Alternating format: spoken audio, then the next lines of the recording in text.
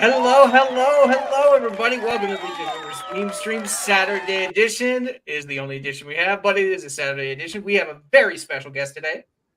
Anna's Gameland is on. How you doing, Anna? I'm doing great. I was not anticipating that intro, but thank you for that. Live long and prosper, everybody. I'm glad you like it. My favorite part is watching behind the scenes of everybody's reactions when they see the little video made about them. Every time I see that anymore, I just think about, it's going to be 45 minutes before Flashcast starts. We love you, Flash, but sometimes, if you know. Definitely. Shout out to I Flash, love man. refrigerators. So Anna, do us a favor. For people who don't know who you are, let them know where they can find you and what kind of content you typically cover. So everybody can find me on Anna's Gameland everywhere. X, YouTube, Rumble. And I started with playing video games, therefore the Gameland. But now I'm just kind of like being on other people's shows like yours, talking about pop culture and entertainment and just, meeting new people and having fun, but also starting to be more of a creator myself. And did a really cool stream with 10 people actually on Rumble last night. And I was super nervous because I've never actually been on a stream with 10 people, having to moderate and do all the backstage stuff. It was, but getting more into doing more of that. That's awesome. I know it's pretty difficult.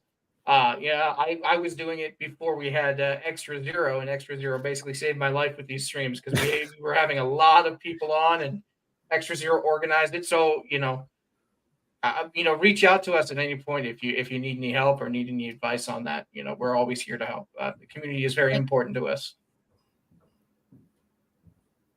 Hi,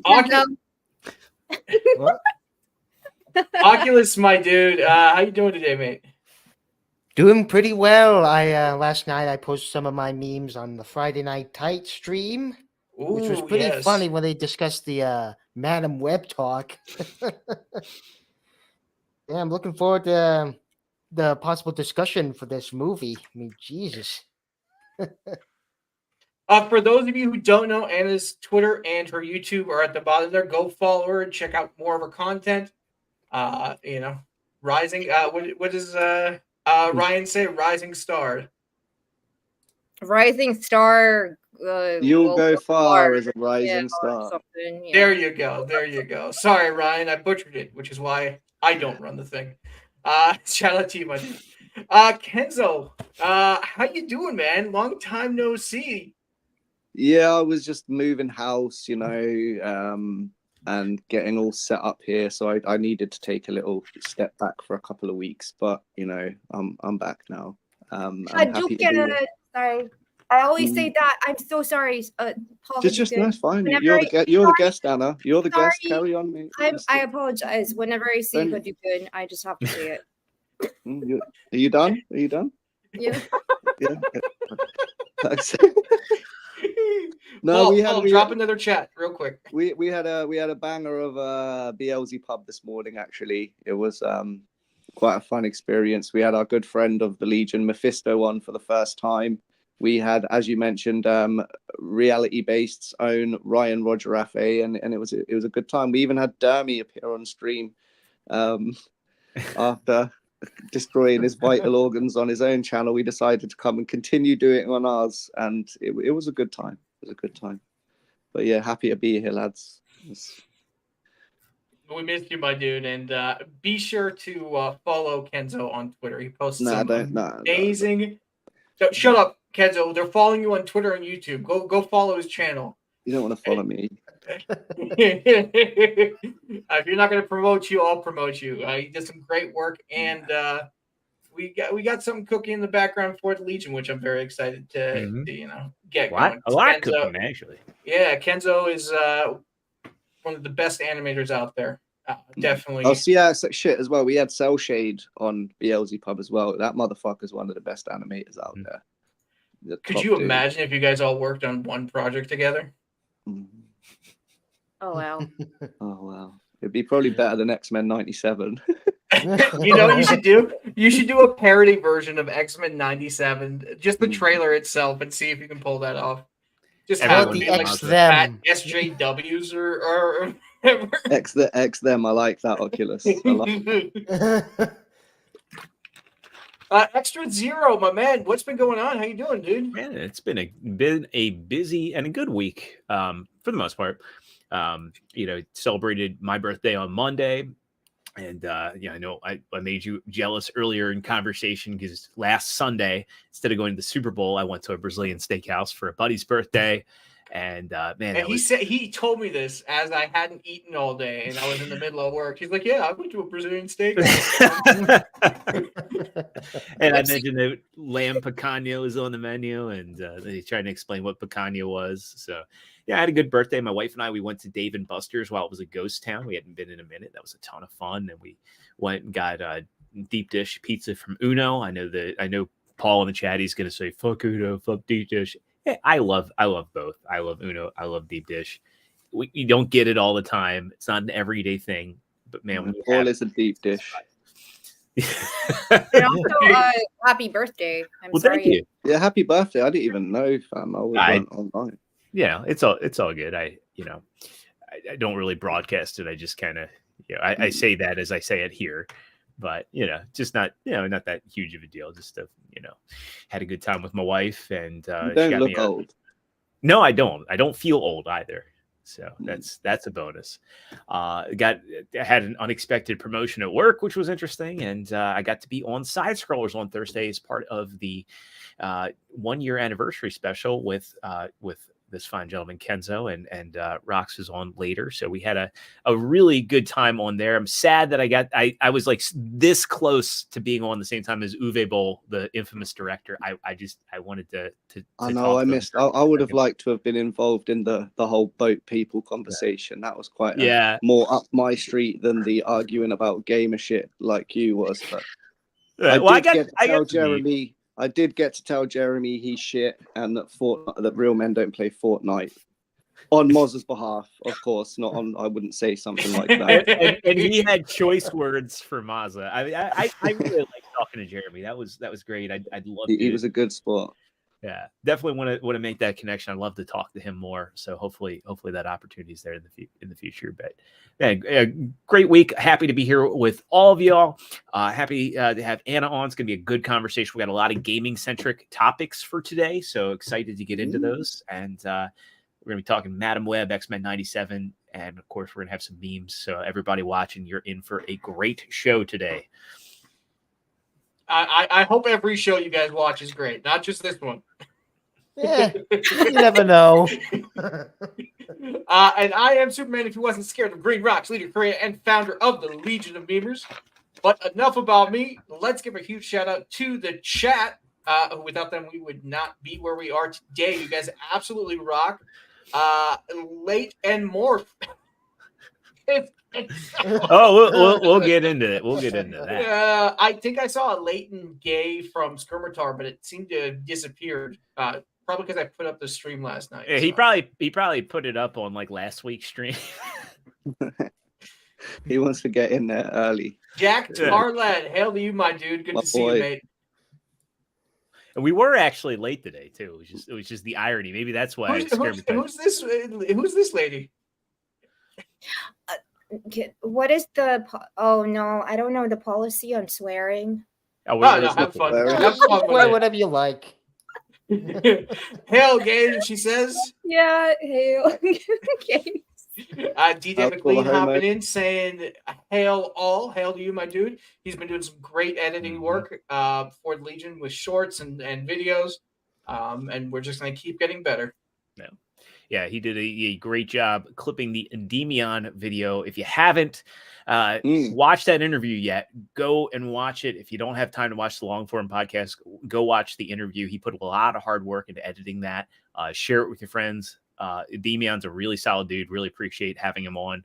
Had a lot of good insight for creators from his process, and just a really, really cool common sense guy. So go check that out. We got Clifton 3D saying, hail to you, my dude. Jason Fox from 540 Studios says, hail, Legion of Memers.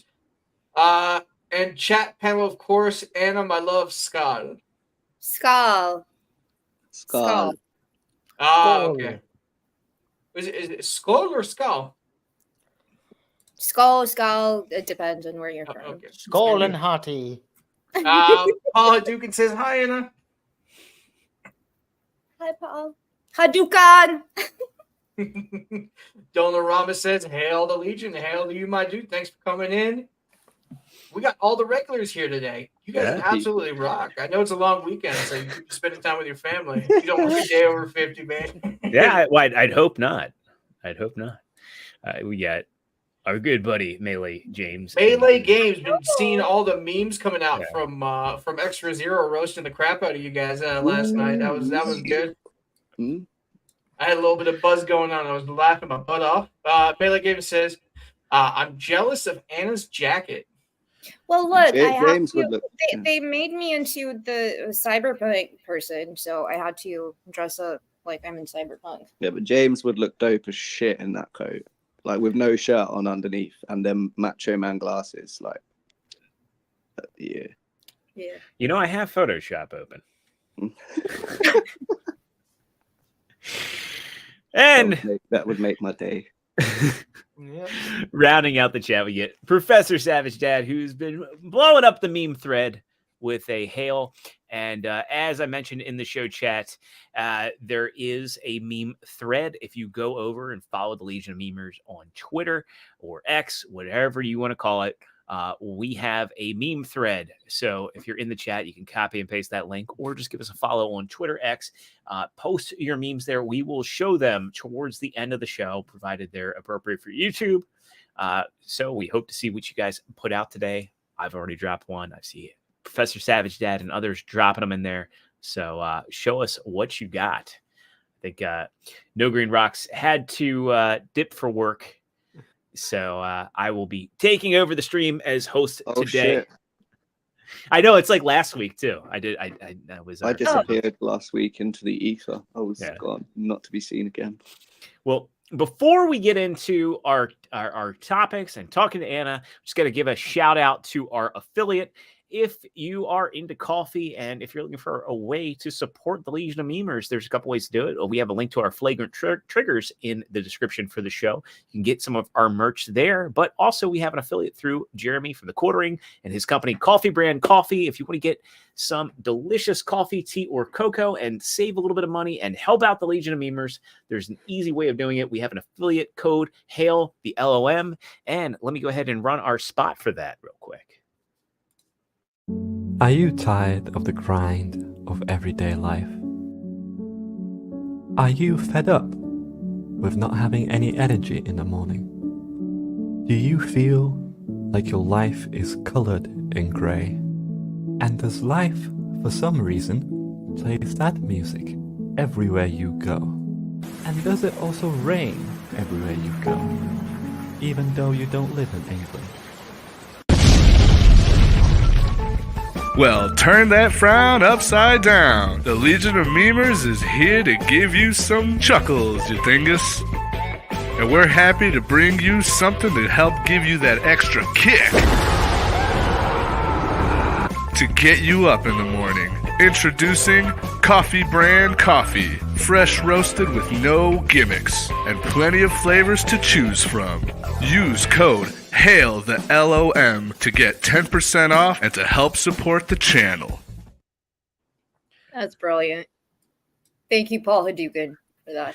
Yeah, thanks, Paul. Thanks, TruePop. And thanks to Jeremy from the Quartering and Coffee Brand Coffee for giving us an affiliate link. Really appreciate it. Really appreciate anybody that wants to help out the channel. So, Soups, I see you're back. I didn't know whether you had to dip or not.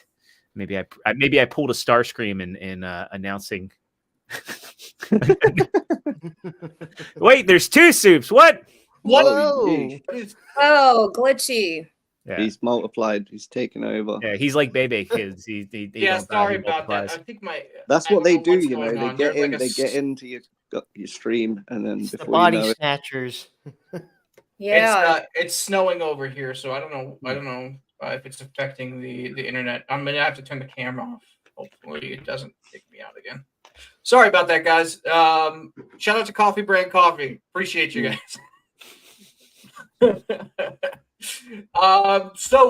Without did you get in the topics yet or no? I got we haven't gotten into topics yet, but I got everything pulled up. So if we want, we can go ahead and kick off some of our community topics here. So this first topic, it's something I made for Shad, and Shad very much appreciated. And if you guys watched Friday Night Tights last night, it was actually towards the end that he played it live. So go check out the plushie if you don't have one. Big shout out to Shad for enjoying what I made. And if anybody wants to learn how to do this with any picture, I actually already have a video up on the channel showing you how to do it with mouth movements. You can do that with any picture. So give it a go. That looks really cool. Why don't you play it? Oh, well, I didn't know whether we were just sharing or if we were actually going to play the video. So bear with me. Let me make sure we have audio on it as well. We used to say that you were the best producer around. I know every now and then I have my stumbling blocks. So At least he didn't turn off the stream this time. yeah, Lucky I know, it's right? your birthday week, man. Welcome back to the watch. And did you know you have less than 48 hours to get your Shad plushie? Very limited time remaining, so make sure to get one before they're gone forever. Because just look how cute I am! Ow! Take this. So I did that because I saw Shad's intro for his last video on his channel. I encourage you, if creators are happy that you make things for them, go have fun. Go make certain things. If you have the passion for it, don't force yourself to do it, but go have fun with it. You know, Kenzo knows what I'm talking about. Now I can't unsee that. Thanks, Jack. All right. Well, we also got actually a very recent thing that dropped by a very own Legion of Memer Professor Savage Dad dropped something that I thought was hilarious. Anna, have you seen this? I think I started and then I had to do something else, but no. Do me a favor, Extra. Make it full screen. Mhm. There you go. Right. And let's go. Hey, babe, can you open this jar for me? Oh, sure.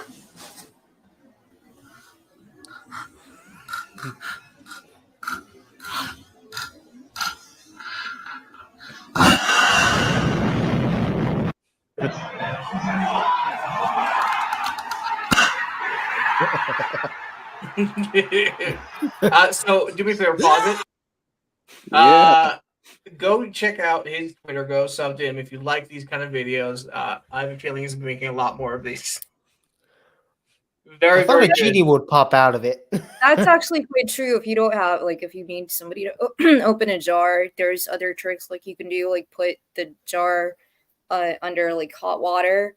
And actually, I'll be right back. I'll prove that I have done something stupid to open a jar. I Let the usually matriarchy use win. my shirt or hit the bottom of it. That's pretty much I how just it works. open the jar. Yeah.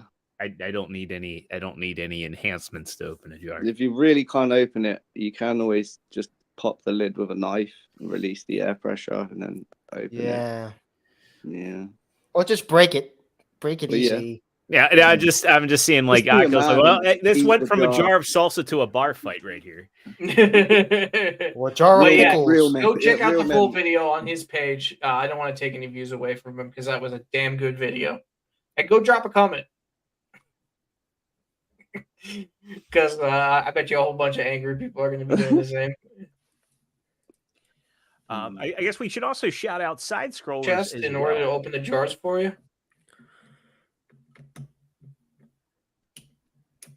Oh Am I roboting? no, you're No, not, no, not you're fine. No, You're fine. no, you're fine. You guys are freezing Melee, up. Sorry, guys. I threw out the knife. I literally put the knife in the and I threw it out. I thought the You're not tip allowed to- broke off. I was trying to shove it, and yeah, I did open Was it. it a and plastic knife? then- Don't ever, please don't try this at home. Don't do it. As long as it's not like the eclipse scene in neighbor, Berserk. anybody else, please don't do what I did. No. Someone make a really elaborate meme of like Guts trying to open a jar and his arm gets stuck in there and he breaks the butter knife. That'll be Patrick. Patrick respond like, no, the lid. No, the lid. The lid. But Kenzo, what we got next? What, me? Yeah, Kenzo. no, When did Kenzo. Kenzo get promoted? My brain don't is even know not what time working. of day I it is. apologize. I've been working like an animal. We got How do side animals scrollers. work? I thought that they just slept, ate, and shat, and occasionally were hunted or Yeah. hunting. No, we fuck as well. Oh, well, that too. Yeah.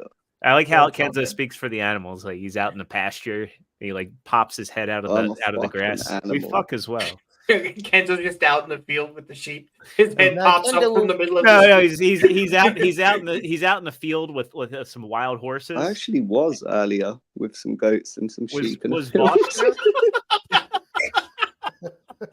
But Kenzo, was Vosh there? No. I'm not into And hail to you, Providence, Jans. Appreciate you. And we also have Diesel. in Nay, here as well. nay, nay. Hey, Diesel, my dude. I hung out with him last night. That was a great show, man. Mhm. Iron Oxide was hosting a podcast. I was able to drop in for a little bit. So yeah, Side Scrollers had their 1-year anniversary show. As we mentioned, a bunch of us were a part of it. That was a 12-hour long stream. I was very impressed to see, because we did a pretty long stream for our 1-year anniversary, and we only went 8 hours, 6 hours. Yeah, Something we like went that? eight. I think it was about eight. No, it was 6 hours. It was 6 hours, yeah, and that was an endurance test. So shouts out to not only Craig and Blabs, but John from Arby and the Chief, who was on that stream basically the whole time. They all kept their composure through it. How they got up and just picked it up the next day, very impressive stuff. Very impressive stuff. And you know what? Go. If you're gonna meme, go watch that stream and find some places to meme it and just tag them. Have some fun with it. Idea for anyone looking for a meme: just look at Krigler's face when Uwe Boll was on his rant, and the rant didn't end. Like, oh, bro, he was spot on. Uwe was spot on with all the. Yeah, I mean, Uwe was going hard. Mad respect to him. I was in the, again, we had the private chat stream, and Adam was just typing, "I'm trying to hold back." And we don't get into politics typically for the Legion of Memers, but yeah. I was like, damn, dude, this guy is spot on. Spitting facts. I spent a bit of time in Europe myself, so. And what was like it was like Craig was like, I just wanted to know about, I can't even remember what he said. I just wanted to know about blank, and he went on this whole rant. And it was funny because they didn't know whether he was coming on or not. And Blabs was like, I reached out. I just got this article. That was it. And the dude just shows up. He's like right there at I think it was like 11 my time. He's like, boom, right there. And I got all excited. I was like texting. I was like, oh crap, I think I'm gonna be on the same time as Uwe Boll. This is so surreal. But I missed him by like a few minutes, but it's all good. I got to be on with D-Day Cobra, Kenzo, so good times. Good times. And let's see, do you want to get into community meme threads? Yes. So this is going to be the part of the show where we go and show some of the memes that were not shown on Friday Night Tights because, they get really sucked into their conversations. But I still want to show your guys' work because you guys are doing great work. Extra Zero. I hope you vetted some of them. I did not. So all right. Well, if this channel gets taken down, it's all your damn fault. Hey, blame it on me. You put this in the doc. So first up from core member, it's the X-Ray Girl saying, "Stolen calculator. If seen, please contact at Nerdrotics." And emotional damage. you know. Also from core member Ryan Potter. He's Harry's intellectually disabled second cousin. Core member has been absolutely killing it on Twitter, man. Keep up the good work. Lovely Sherry bringing in some of the classics here with diversity and inclusion. Madam Web is the bestest movie ever. Yep. Mahler at the podium there. And of course, that's from the premiere, I suppose. All the. And we get from core member Uncle Ben. Great high school screams. We get. I'm not familiar with this movie, but Gary and Dan are apparently in one called Little Man. It's Well, they call Marlon Wayans. Yeah. And we get the Race to 1 Million. He blends the faces in so well, dude. Yeah. Great, honestly, great work. Soldier Spirit. Emus are now armed and dangerous. Shad is fun. I think we should be able to play this. Yeah, and for those of you who don't know, you guys can also do this kind of stuff. There's an app called Pinata Farms, which you can use, or you can follow some of the tutorials that I have made and do it yourself. You can put the faces or pretty much do the keyframing with anything. So make sure to have fun with that. CapCut is superior to Kiwi Farms, in my opinion. Yeah, no, CapCut is absolutely amazing. And again, if you guys want a tutorial on that, we do have a video already up. I think it's in the learning, it's in the learning playlist that we have. So if you ever want to go back and check it out, it's definitely educational and get you started. So we got no music on this one, so it should be good. Oh my god! Oh my god! He on X Games mode. Oh wow! We learned about King Tut's DNA, and apparently there's a descendant. That does explain a lot. That comes from Joe the Uber Geek. Core member again with another one, Madam WTF. Then Soup's coming in. Shad versus the emu and nunchucks. Who will finally win this war? That would be funny. Someone to go buy the Shad plushie and then toss it in an emu enclosure and see what happens. No, I want to see Shad do a video because like he does those videos on all the weapons. I want him to do what wins, the plushie or the nunchucks up against an emu. From Mr. Black, Dan Vask knows his audience. Yep. From Gumby Spawn, we get one of Chrissy, Attack of the 50-pound city. Yeah, it was funny. I was sitting there and be like, well, she needs to be a lot wider. I'm sure we're going to be seeing more of this. Oh, meme. Damn. Oh yeah, there's more. I didn't know Dan was in Twilight. From Release the McCracken, Ryan Storm has something to say about his new favorite movie. Let's hear this. Okay. There's no. I know that when you see Madam Web, you're gonna love it. In fact, I think you're gonna see it twice. Oh, okay. Oh boy, Cloud. Cloud saying, "Sorry, I couldn't resist making this when you're talking about extra." Just real quick, Professor Savage Dad said he made the video that we just showed on CapCut. So nice. just know, like the only limitation is your own imagination. Releasing the Kraken saying the Madam Web we really want. Granted, that's Spider Woman releasing the Kraken. That's Spider Woman. But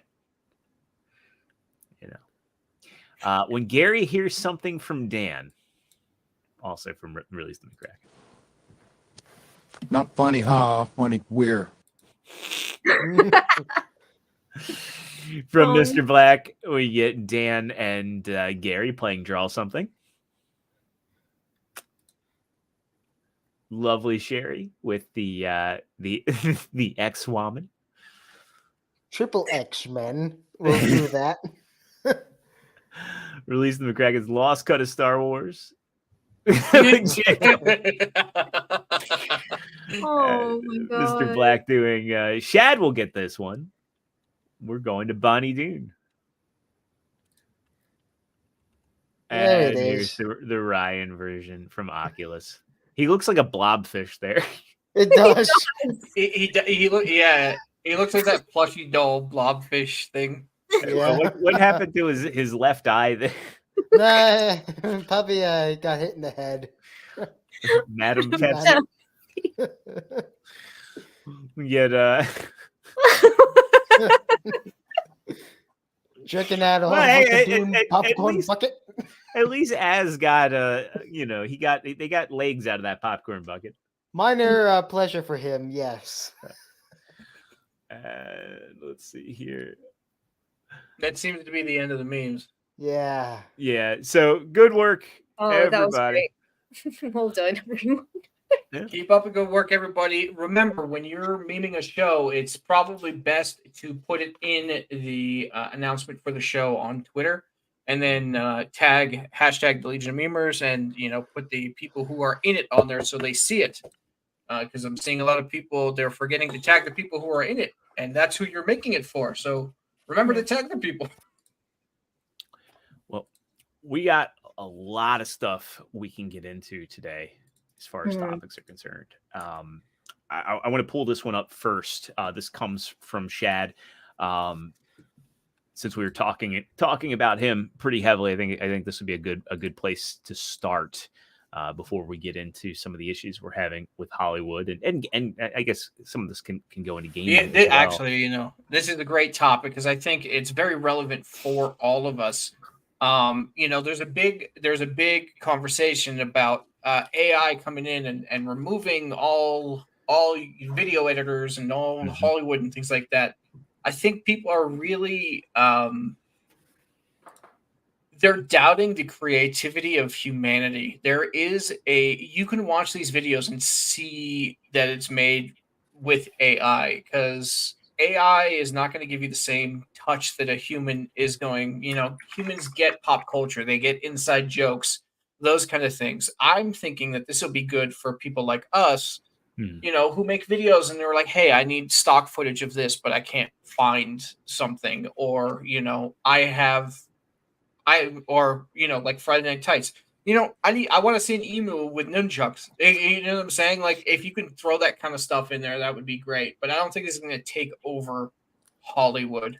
It might help, create a lower barrier to entry for creators, and people start making more and more material. And that's what I'm excited to see. I think everybody's looking at it like it's going to be like the end of everything. It'll happen. It'll probably be impacted by Hollywood in a few years.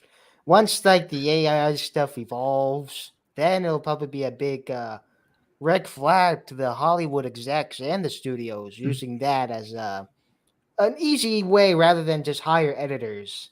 Well, my thought is there's, most of the stuff we buy is mass produced, and you can tell it's mass produced. Yep. But there are things like you can get handcrafted bowls, handcrafted cutlery, a table made by hand. There's a difference between the two. And I kind of see this in the same light as a mass-produced good. When I was on Side Scrollers, I tried bringing this up. I love you, Mark, but I tried bringing up Speed Tree when Jeremy and I were D-Day Cobra. Jeremy and I were defending Nintendo, and he said, there's a big difference between what Nintendo does, and you can see how they overcome their hardware limitations. And I think one of the issues we see in gaming is they're using things to auto-generate assets like Speed Tree, and a lot of what used to be artists creating something has been replaced by programs, and that's where we see performance issues, because it'll put a tree there, but it doesn't take into account like, oh, this tree has to be made of X amount of pixels in order to fit in our overhead. And you see true craftsmanship and them scaling things back and doing those nips and tucks. Not in everything, because Scarlet and Violet has technical issues out the wazoo. That's a Game Freak thing, and it's Nintendo is not perfect by any means, but I think in any space, be it film, game, TV, movies, you can see when they're using techniques that automate what used to be handled by artistry. And I don't think that this will fully replace artists in the business. No, I agree. Yeah, I Yeah. agree with you. I actually the other week I decided to go to Chat GPT just to test it out, and I put in like certain things like Western, and like some characters, some names, and then it gave me this really interesting script. But I was like, I can actually write this better, so it gave me some ideas, but at the same time, it just felt so hollow, and that's what I'm seeing. It's hollow. It doesn't have your own experience, the heart that comes into a story or the creation of something, even something that is like you're saying, when you're making something by hand, you're taking the time to do it. It's not just, I put it on a computer or whatever, I just went into a factory and a robot did it for me. Even though you're there, like there's a difference. It's that spirit and soul that's missing, and that's what I'm seeing more and more of. So I completely agree with you. And also, just to say hi, Melly K, good to see you here. Love you. Yeah, and Kate coming in saying Hollywood will use it to cut corners to make money. Yep. Honestly, though, I think Kind of. Hollywood needs some money saving techniques. When we This talk is it. about This is like a good money saving opportunity right there. I like actually how Anna stated it. Like, it's gonna, if you have like writer's block or something, you can put in the general idea and then change it to your personal way. Use it as a tool, not as a complete crutch for everything, right. Like thinking of it as like when you're building a building, you make a foundation. I wouldn't say that's an automated process, but it's a very straightforward process. To get your perfect square done, you're going to use a basis for that. But when you're designing a building, you need an architect, and you need and same thing goes for housing and architecture. You can tell when something was designed and something's a McMansion, for instance. Oh shit! Hey, we got our first super chat of the day from Steel Leg of History, my dude. Hell yeah. Saying, can't thank you all enough for your kindness. You are all some of the kindest folks out there. Be blessed. Hey, you too, man. Checked out his, give him a follow over on Twitter X. I think it's just Steel Leg of History, and also on YouTube. He's crushing it over there. He's been doing a lot of Let's Plays, being Lies of P and Power World are the two that I've seen. Doing a great job over there. Good to see you in here, and thank you so much for the super chat. You know what? This community is incredibly important to me. So the only kindness I give out is the kindness that I receive. So it's all you guys. I'm going to cut the audio on this, but just to show what, and this is from OpenAI. They're calling this Sora. It's a text to video model. And they're saying that Sora can create videos up to 60 seconds, featuring highly detailed scenes, complex camera motion, and multiple characters with vibrant emotions. This looks good and all, but there's something off. It's a little off. Yeah. Yes. It's kind of like the uncanny valley, right? Yeah. Effect. It's kind of like being on drugs. It's too perfect, is what it is. No, has someone tried this vibrant. Yeah. Has someone tried it yet? I have not. Oh, open it. Sorry. You know what I'd use it for? I use it for shots for animation. Because like I use it, like, for example, that zoom in shot, I would, I don't know, get like somebody in a car and like reverse the image or something like that. Like your own personality will shine through what you make. And I think to use that as a tool, not as a crutch, is probably the best way to go. I think for dream sequences, it would be that'd be fantastic. Yeah, because in a dream sequence, absolutely, you want things to feel off, and I think that would be a good implementation. Is Chat GTP anything you can think of, you can create? So one of the things about most dreams that movies get wrong is that if you talk to people, you can't really read in a dream, like the way your brain handles a dream. Like text isn't really there. So a lot of people that are lucid dreamers say that that's their tell when they're in a dream is they can't actually read text. It's all gibberish. So they've obviously never been live streamers and tried to read the chat. Wait, I thought TruePop was supposed to be on the panel. I think he's on his way back. He's probably back. He's on his way. He's doing. Yeah. TruePop, you're not allowed to chat unless you're here. Exactly. Oh, bring in the GPT with you. Okay, True. Bring in that. But it's like when we did the Tombstone watch along on my Rumble and on X. And hi, Ruben. Hey, Ruben. You can just see the difference, the amount of detail and work that went into creating the town of Tombstone, which doesn't exist anymore, but was the film filmed near it. And just they recreated the whole set. They even put horse shit on the streets and had people pick up. And like that is something that means something. If you just have somebody who's going to go and stand in front of a green screen or a blue screen and pretend, and then somebody puts it in the background, it doesn't have the same effect. So what are we doing here?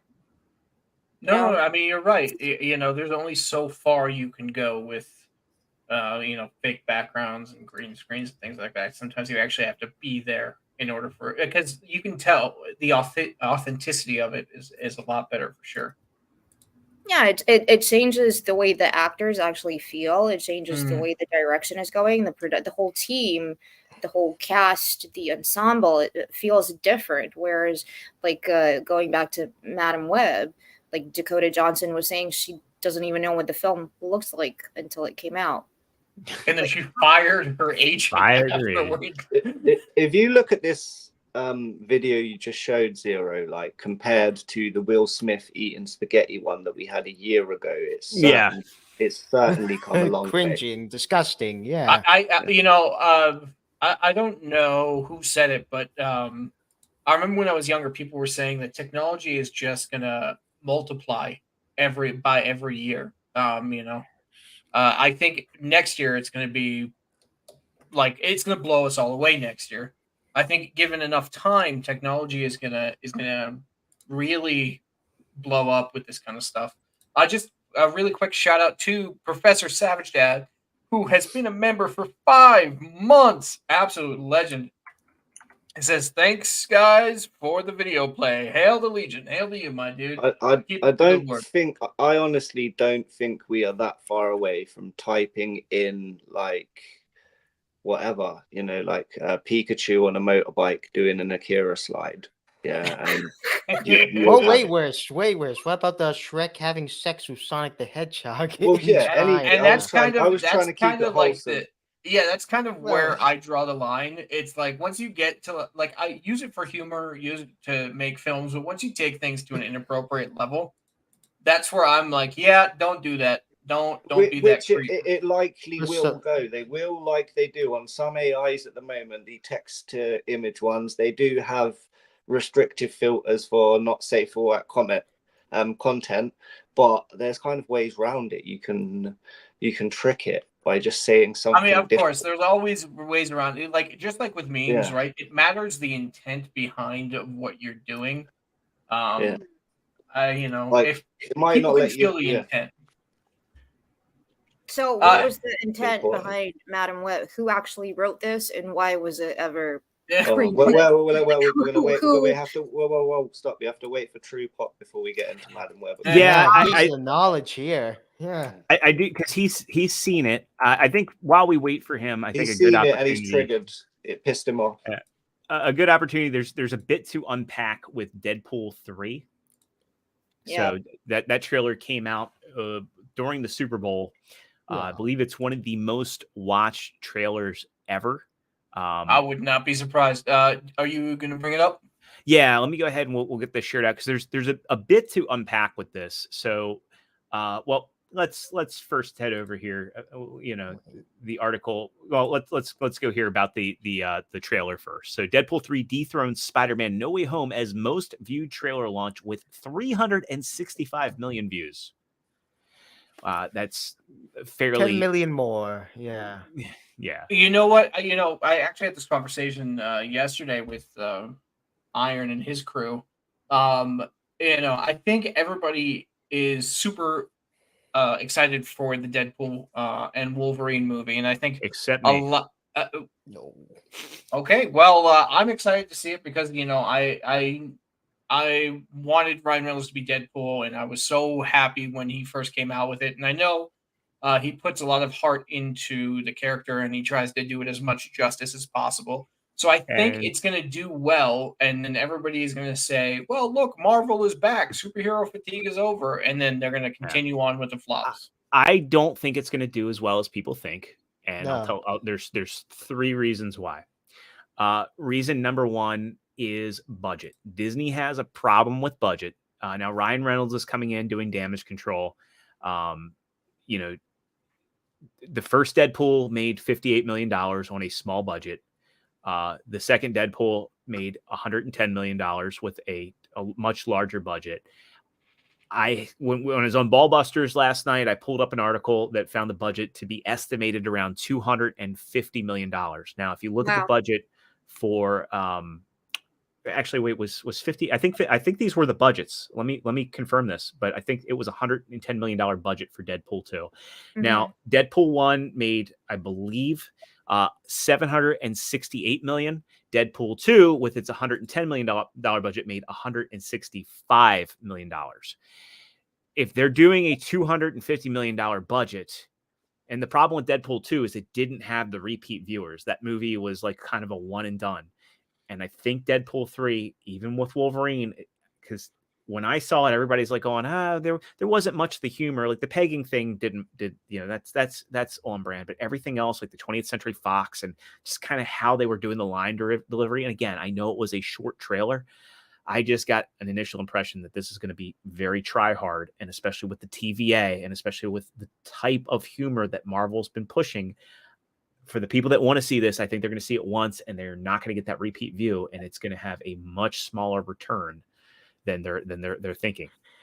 Now, here's what I'm going to predict for this movie, because I'm going to predict it'll have a good opening weekend, but for the second weekend, I probably predict it'll probably have a 65 drop off, and when it's done for its box office run, my likely guess will probably be making, let's say, 250 domestically, and maybe barely close to 500 million worldwide for the worldwide box office. So that's my prediction. Wookie Be Bad, agreeing. Deadpool 2 was meh, and it was a movie I saw once. I did buy it on Blu-ray just because hey, I have the first one. Maybe I'll want to watch these back to back. I think I watched the Blu-ray one. I also think like with the okay, so when I first saw the trailer when it came out, I was on our Star Trek Engage stream. We played it during Super Bowl, and everybody's reaction initially was kind of like, this is funny. Like you're enjoying it because you're having fun watching it, and there's certain moments which are funny. But then at the same time, it feels like you just have so much bad, oversaturated bad entertainment, especially coming from Marvel or Disney, where anything that gives you a little bit of something that makes you laugh or makes you sit back and enjoy, you're like, yay. And you have to be really careful with that, because again, going back to the people who are behind this and who are putting effort, like I know Ryan Reynolds he's a good actor. I mean, he's not one of the best actors, but I he really put his heart and effort into making this, and it comes across, you can see it. He cares about it. So is somebody unzipping or I'm something? taking my hoodie off. Oh, Yeah, I was about What to was your say pants? extra. Come on, man. No, I took my hoodie off. Nah, it's probably your pants. No, my pants are on. I'm not pulling a dermy. But no, you know where I'm We coming know. from. Like, it was fun to see, but then at the end of the day, am I going to see it in the cinema? Am I going to pay money for it? I'm not sure. It's not like back in the day when it was like, yeah, friends, everybody, let's get together, let's go, and we'll book something, and we'll go and make an evening out of it. I'll go Get watch it with you if you forward, want. and we'll have like this entertaining evening. Now it's kind of like, I don't know. Like it was funny watching the trailer, but I had a conversation like this with my wife earlier, where we were talking about like her cousin was a Marvel fan, and I feel like even the normies are kind of getting over what I refer to as the spostas, because I fell into it, where anytime a Marvel movie came out, well, I'm supposed to see it. I have to see it. I need to be engaged because there was more of it that I liked. there were more hits than misses. Like Thor, Dark World, Thor 2, whatever you want to call it, was like the first time I was like, that stunk. And I still bought it anyway. Like I went to see it. I saw that movie once, and then it came out on Blu-ray. I was like, I'll pick it up. Hopefully the third one's better. Same thing with Iron Man 2. Same thing with Iron Man 3. Though I think Iron Man 3 is better than Iron Man 2. Yeah. There's a lot of like, well, I'm a fan of this, so I have to get it. They can't all be hits, but they're at least fun. Kenta, why are you being Jack the Ripper or something? He's taking his pants off now, and instead of turning off the camera, he turned off the lights. Yeah. Oh man. It's probably performing a hostage video. I'm outside now. I was inside. Oh, okay. Oh. His wife kicked him out. My wife's throwing me out. And going back to AI, apparently the poster for Deadpool 3, eagle-eyed fans have, quote unquote, slammed. I think the word slammed is so overused in everything. Deadpool 3 poster made with AI slammed by Marvel fans. This is the. Isn't Kickstarter run by Keemstar? No. I'm not sure.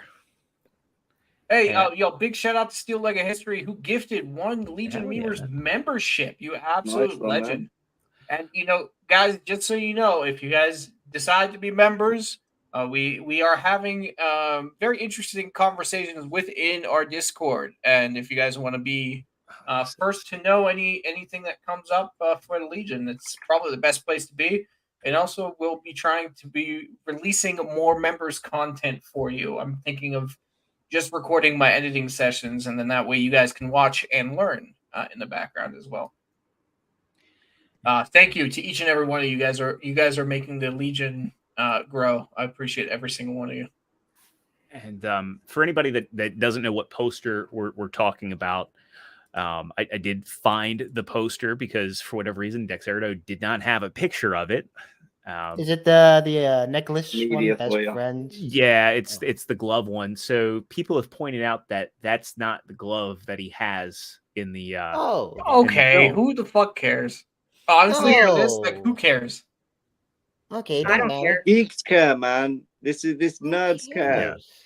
Well, it's interesting because again, to shout out Side Scrollers again, they had a panel for pro and anti AI folks. They had Mr. Grant Gregory. G Prime was on there. Shad was on there. It's interesting. I think that more moderate people see benefits.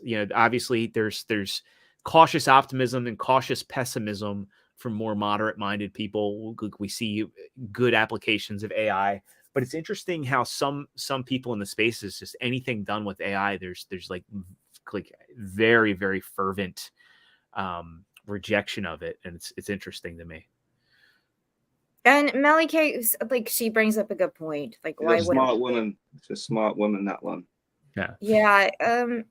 I mean, I completely agree with that, but when it comes to something like a poster, I just, to me, it doesn't matter anymore. I see it this way: Disney needs to save money wherever they can, and they've had a big budget issue, as we talked about. If they can outsource a poster design to AI, because again, this isn't going to be the theatrical poster. This is just a promo. If they have to do that to save money to turn a profit on this, I don't see the big deal, to be honest. Yeah, I mean, we would probably be doing the same thing if we had the assets. I mean, how much money do you think they made off that poster?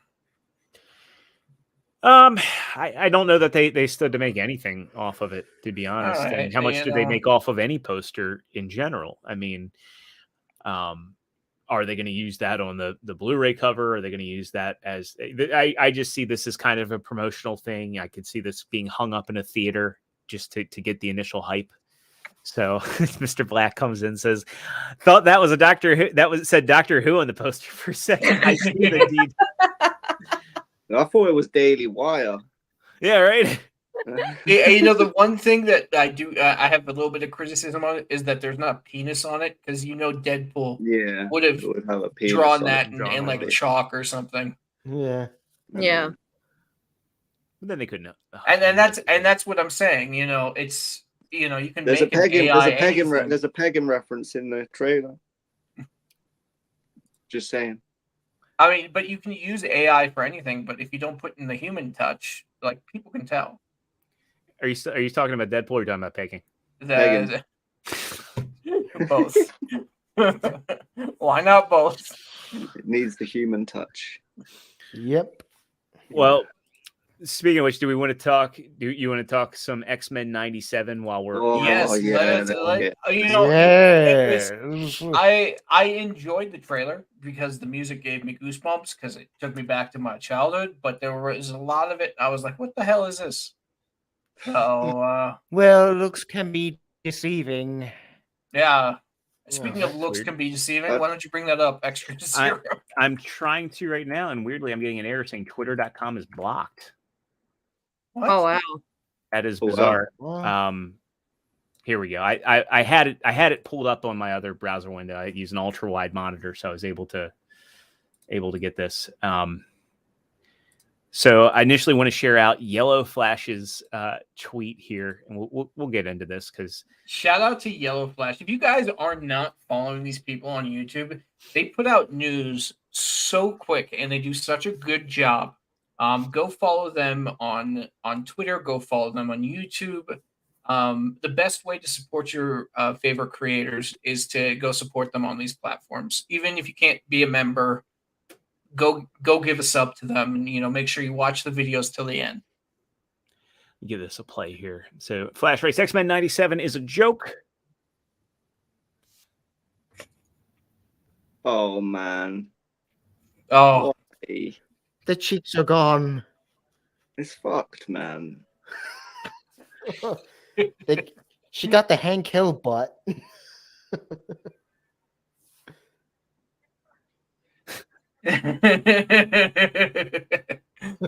Well, Disney, they can't have attractive women in anything anymore. So, the trailer for All our X-Men writers. '97, it dropped, and with the controversy, we're getting articles about how Morph is coming back, resembling Changeling this time around, and now Morph is You supposed just change to the be. morph to morphine for going forward. Right. Yeah.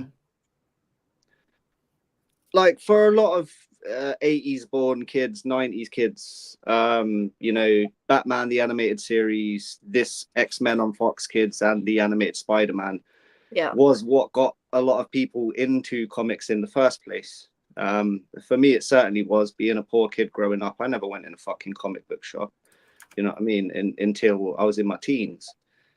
And these was my first experience of the X-Men growing up. So so that the first time, the Morph character that was in it, that did die quite early on, but then come back as a bad guy later on, that was my first exposure to the Morph character. I love how they put bigots mad in there. It's funny how all these people want, they talk about cultural appropriation and everything like that. They're literally trying to rewrite the history of our characters and our comics. So I don't want to hear any more of this shit because it's not an allegory for any modern day bullshit. No, X-Men always did use kind of allegory to talk about current day stuff, as in they would use kind of like civil rights movement allegory. No, that stuff's been injected, and that's what Soups was saying. They've rewritten things they've basically gaslit an entire audience for them to think that. The original reason the X-Men existed was because Stan Lee didn't want to create of course, he origins. didn't want to create origins, and people people inserted the allegory in there. Yeah, the writers did. Yeah, but I'm saying that they're not. That's not what they're about. That's all I'm saying. Yeah. Like this Morph character in particular, he resembles. There is a Morph character that looks like this in the comics. I think right, the Changeling. Earth 1089, is it? From the Age of Apocalypse storyline, right? Yeah, or something along those lines. Yeah. No, but there is a character that does look exactly like that one, a version of the Morph character. I'm not sure which universe he's from, but there is one that resembles this same character. Whereas the one I was familiar with personally, like I said, growing up with that cartoon, was the Guy Morph. And in the show, they didn't exactly flush out the character that deep. I was saying this morning on Beelzebub, and I brought up when the mutants gain their mutant abilities, right? It's different for all of them, of course, right? You'll have some of them that have it through a traumatic experience. Some of them, their powers will kick in through puberty. Then you'll have like some mutants like Nightcrawler and, you know, like the Morlocks and stuff, you know, they're born with a disfigured appearance, like their X gene is apparent from birth. You know, whether they have their full extent of their powers when they're born, it's obvious for some mutants that they're mutants from when they're born. With the Morph character in particular, like I said, they didn't really flush him out, so we don't know whether or not he was born as a man or a woman and has decided to choose that face that we saw in the cartoon. You know what I'm saying? You know how like Mystique, you know how Mystique, you normally see her as like the blue you know, lady. Mystique was born as she was because they've shown several times. Granted, now they love to retcon stuff, but they showed that she was born as, you know, a blue baby. That's right, but we don't know with the Morph characters. As far as we knew prior to non-binary even existing, Morph was a man character that could change shape into whatever he wanted, right? Yeah, like I get being like, well, you know, X-Men, you know, always had some political and SJW stuff in there, but it's not connected to the current day stuff that's going on. No. Like I said, they try to use it as allegorical to the mutant rights. And they're not doing it very well. You can do these things, and you can do the now they're literally nuanced way. Well, and Anna nailed it right there with nuance. I want to play this real quick. This is from the original X-Men cartoon. A buddy of mine's been rewatching it, and he sent this to me. It's the 17th. Which episode is this? I can't remember what episode. I think it's from one of the later seasons. But let me play this because this is one of the most nuanced things. Like during the Claremont run, yes, there were leanings, but there was nuance. Everyone was welcome to read it. The whole idea was to entertain other ideas, entertain other viewpoints, and let the audience decide how they felt and thought. So let me play this real quick. No audio. There's no. Here, let me restart it here. Thank you, StreamYards, for not having audio on by default. Ooh, can we further discussion on Madam Web? Yeah, let's finish this topic first, and then we'll go. Can you hear it? It's very, very low. So not forced Scott on says people. Acceptance must be earned, not forced on people. There is no way that new show is going to have that sort of energy or treat the audience in a way where, hey, we're going to present you an idea, a concept, and it's up. You're welcome to watch this, but nuance. You make up your mind. You make up your decision. You know, but we want to entertain an idea. And I think that's the way to do it. And that's what Trek used to do. And for all the people that say, well, Trek was always political, Trek always left it up to the audience that would tell both sides and let the audience ultimately make their decision.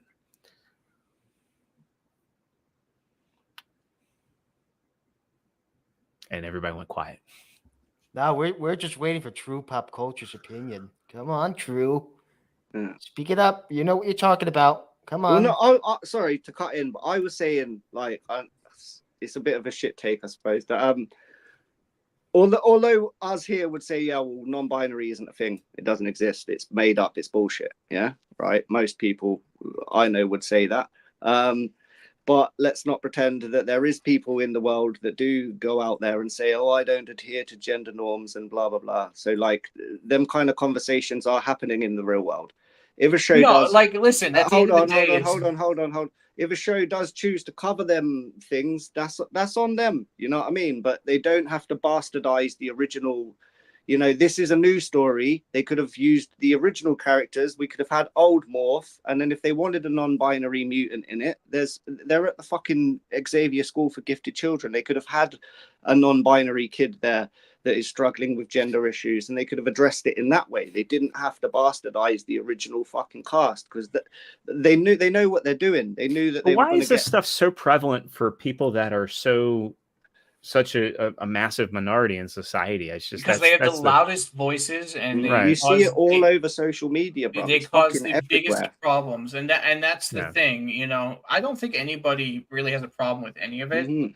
Melee K's right. Just make a new character. It's not that hard, and they've tried to do so, and they're flopped. That's why they keep fucking trying to mess with the existing characters. I pretty much have a simple rule. Like, you live your life, I'll live my life. As long as you're not doing something illegal or hurting children, go do whatever the hell you want. Yeah. Yeah.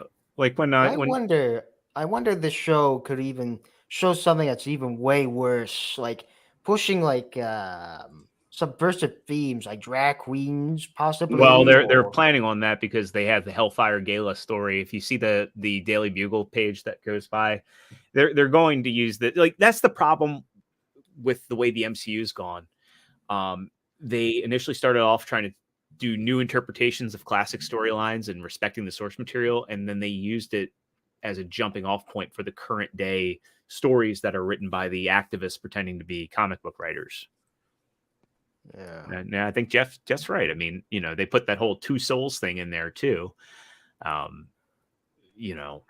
Yeah, and it's not. I agree with what Jeff said. Then sorry, Anna. I agree with what Jeff said in the chat. Then it is, unfortunately, it is real. There is people with the struggle with it, but for the most part, a lot of the people you see that are going on about this bullshit, it's narcissism, and it's just them trying to get their attention moment. They don't fucking believe it. Sorry, Anna. No, it's fine. You're. Well, I guess question is, are any of you guys going to watch this? Because I'm out. I probably will. Not gonna lie. I mean, I'm gonna watch you or Pro. other creators review it. I'm not giving my time to it. Kenzo, are you going to be watching it just for the animation? Yeah, probably just to. Yeah. Like, I don't watch a lot of these films because I want to, watch the film by itself. I want to watch how it's made, the CG, the story, the editing. Like, that's the reason why I see a lot of stuff nowadays, rather than, I think this is going to be good. I'm going in there to get something out of it. And speaking of getting things out of it, I did see Critical Drinker's take on Madam Web, and he was saying the editing and the way they did things was just horrendous. Well, but before we move on to Madam Web, what did because all we've done is slag off this X-Men thing. Is there any positive that you guys took away from watching the trailer? Did you like the art? The music, other than the music, gave me goosebumps. Yeah. Well, they're already. I've got one thing to share that I think on the X-Men thing that I think I agree with. Let me just find a sec. I had a few issues with the animation personally. Yeah, I don't like that cell shaded stuff, and I also don't like the fact that they brought back old voice actors, but they've recast them. So now Jubilee, they had to cast a Chinese actress. I think Jean's original voice and Rogue's original voice, they're in it as well. Same with Jubilee's voice, but they've all been recast. I think with Jean and Rogue, maybe they're saying they sound too old. I don't know.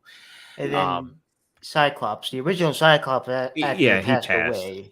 Yeah. I had a few issues with how the characters are drawn. There was a few issues with the animation itself, like the timing for that hair moving on Cyclops. I didn't really like. The original series itself weren't the best. It's old, and especially I think towards the last two seasons, there's a bit of drop off in quality with the original. But this, I don't know.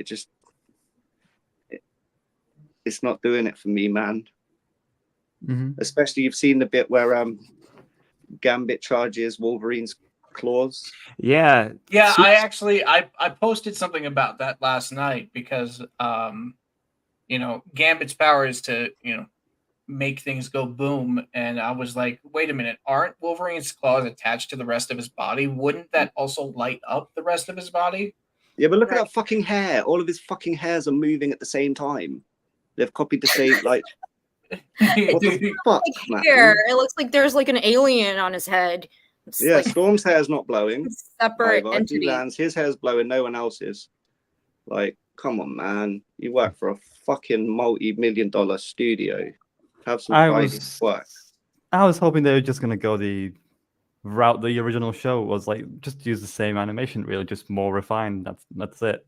You know. Yeah, you don't have to reinvent the. You don't have to reinvent the wheel. You know. Make it remastered.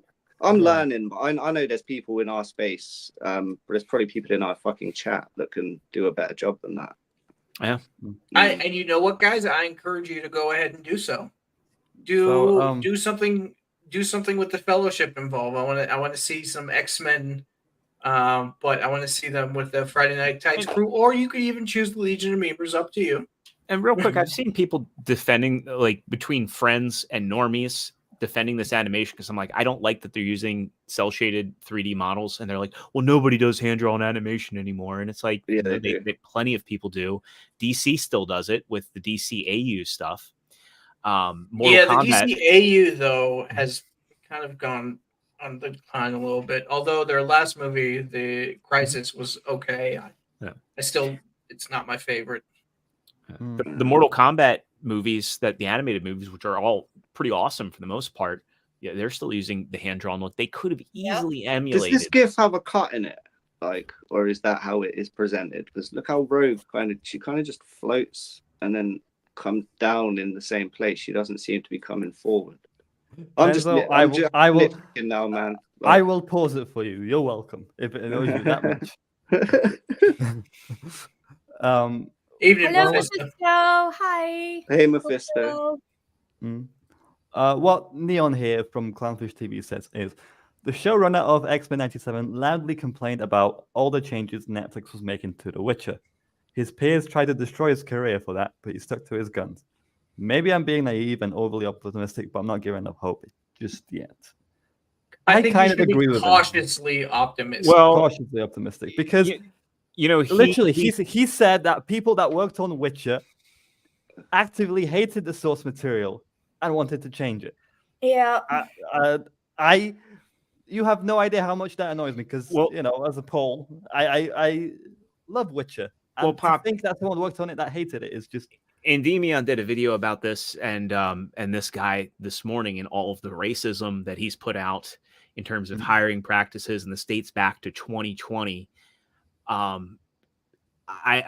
can understand Neon as a fan trying to be cautiously optimistic about this, but knowing what I know about the showrunner now, and we know Endymion brings the receipts, I urge you to watch his video, because he goes into like how this guy is not operating in good faith. Okay. Yeah, I don't believe his comments regarding his Witcher experience.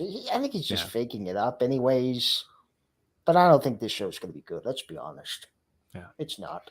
I think there are going to be parts that are going to be good, and people are going to be like, "Oh, that's cool." But all in all, it's going to be a disappointment for a lot of people. And I think I think everybody is kind of is definitely right saying like, "Hey, we have no problem with you making new stuff." Yeah. I think it's gonna. I wonder if they're outsourcing the animation, like the in-betweens. 100%. Yeah, you reckon? 100%. They're probably using that same studio because again, they're probably trying to tamper down budgets. I mean, they're giving mostly retired voice actors a second go. They're not bringing in big names for this. It's mostly already established material. There's been scripts floating around for stuff, so that they're probably going to use some stuff that's been stashed for a while, but I don't see this being big budget. And I think it'll come out that it's like the same animation studios that Machinima had used and Netflix had used. Yeah. I'm interested to see, because obviously the more up-to-date shows have started to use 3D technology with 2D technology for some of the fight and action sequences, so it'll be interesting to see which way they go with that. Obviously that wasn't available in the early days when they were making it. Well, TruePop, you. Oh, go ahead. No, I was going to say, now that TruePop's here, let's get to the topic that everybody is rearing to talk about. Ooh. Fun fact here. So this story here, discussingfilm.net, the producer for this movie, I found out last night, is Lorenzo de Bonaventura. Are you guys familiar with him at all? I'm not.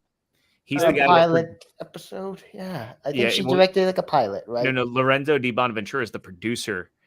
He's also the producer on the terrible Transformers movies, and the producer for the Snake Eyes movie that came out and flopped. He's had a string. The only hits he's had were the first 4 Transformers movies. After that, and honestly, the Transformers movies is a longtime fan. They've all been diminishing returns, with the exception of Bumblebee. I really liked Bumblebee. But yeah, this guy. I thought it was Avi Avad behind this. No. Well, it's Sony. Avi Arad's probably an executive producer, but Lorenzo di Bonaventura was apparently the producer on this. Okay. Avi Arad has a terrible track record too. He does. Yes. He does. But way worse. That guy's crazy. He used to be for like every superhero project. It was He pretty does good. have some good, but yeah. Saban Entertainment was handling a lot of that back in the day, and yeah, there must have been some sharp people working at Saban where he was basically letting them run the ship and putting his name on it. And I know he was pretty tight with Stan Lee. I mean, I think it's just people that got too big for their britches, to be honest. Yep. So, True Pop Culture, you saw this movie, correct? Unfortunately. So, what are your thoughts on the film? Because I mean, I haven't seen it, but I have my ways to see it, and I'm not even sure if I should waste my time. I mean, it depends. Like, if you're a fan of Spider-Man, you'll find it really, really bad. But I think, on the general, people are finding it like a funny bad. Like, Mauler, my favorite YouTuber, says he found it hilarious. It was that bad. I chuckled during it, but I didn't find it laugh out loud. I was just more like mind numbed. What about how much Pepsi product placement is actually in it? I didn't pay attention to that, to be honest. It was all a blur because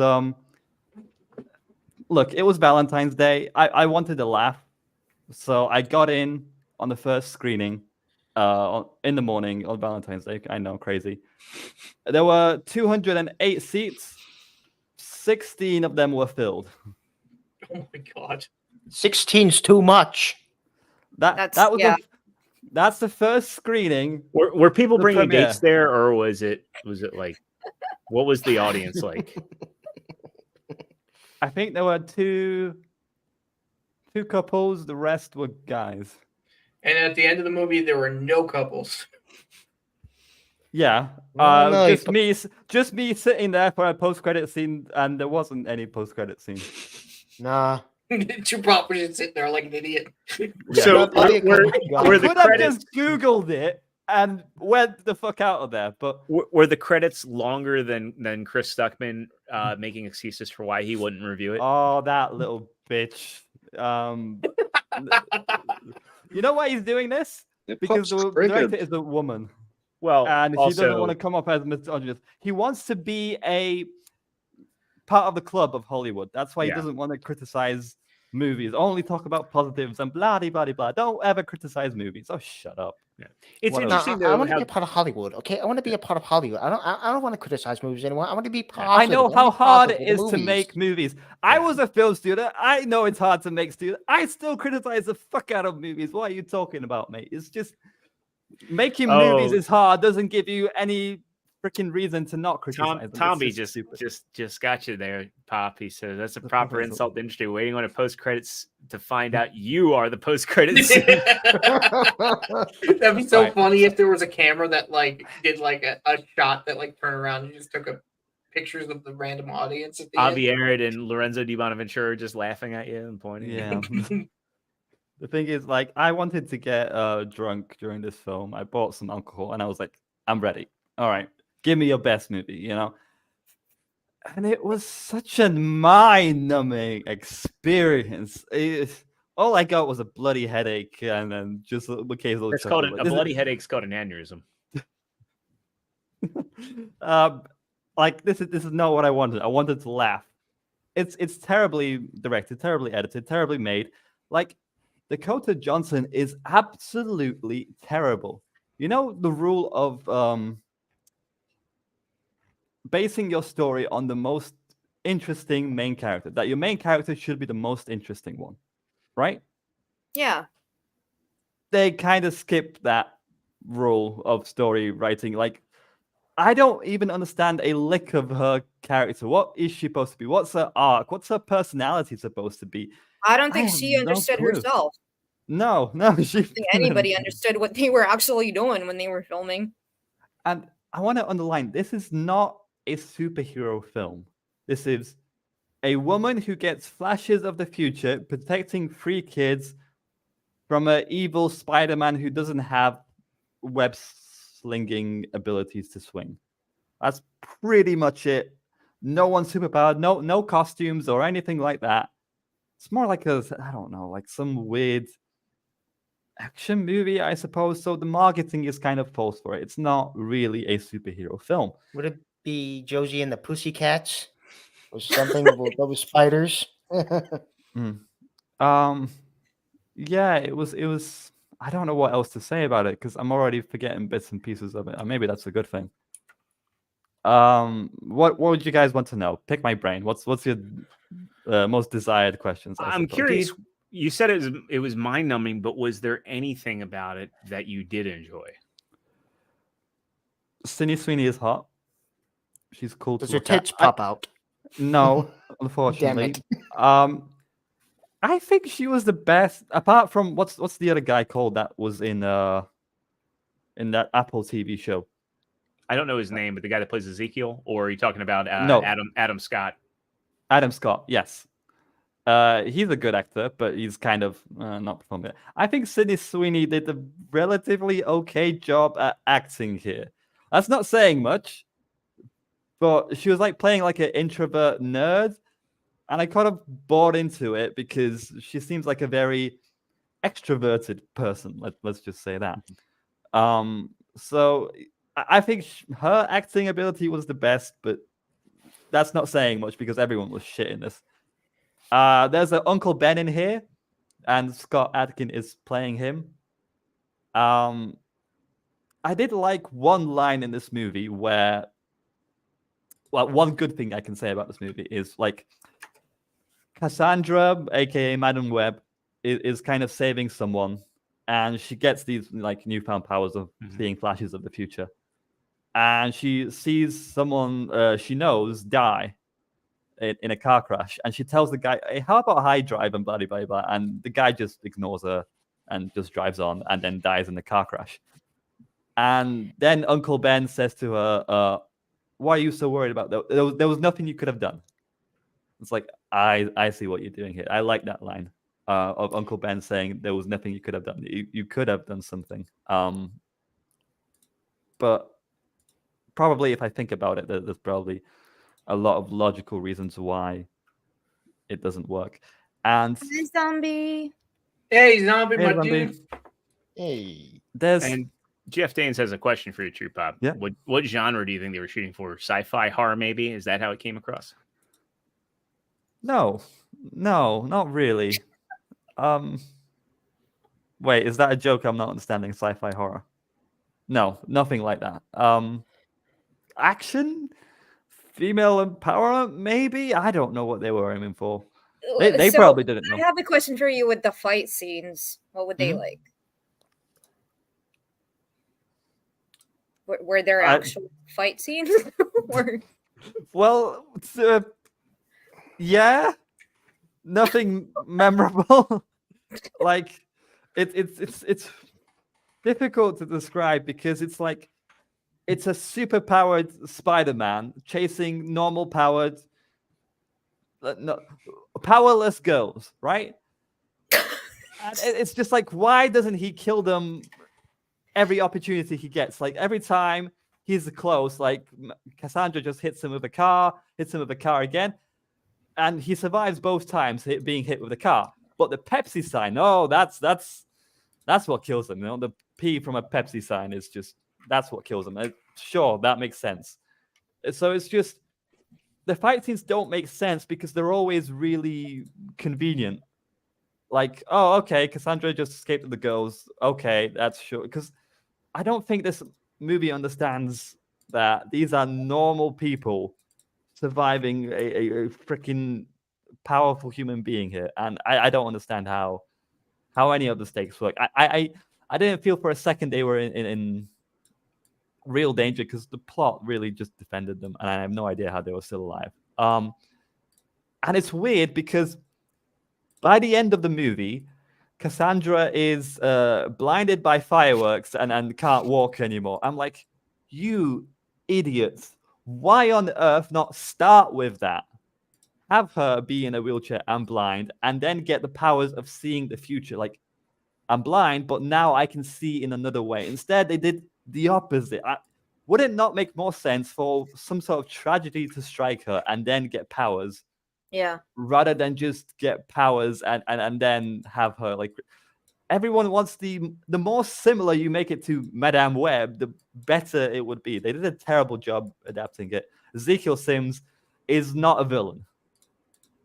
He's kind of like a mentor to Spider-Man. He does kind of betray Spider-Man sometimes, so he's not really trustworthy, but he's not an outright villain. He's kind of, again, got spider abilities without any webs, so he can climb everywhere. He goes on like bare feet.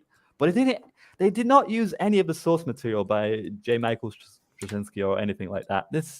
It's just Morbius, but worse. I didn't watch Morbius. I struggled to believe that, like watching this, I think Morbius is probably better. I'm considering watching Morbius, to be honest.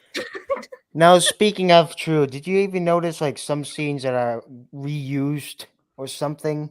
Because I shared some in the private chat that you might want to check out. I showed this on Devil's stream, yes. Yeah, from Spider-Man 2. Yes. No, Spider-Man 1. Or it might be 2. I think it was... Yeah, it was 2. Yeah. It was 2, yeah.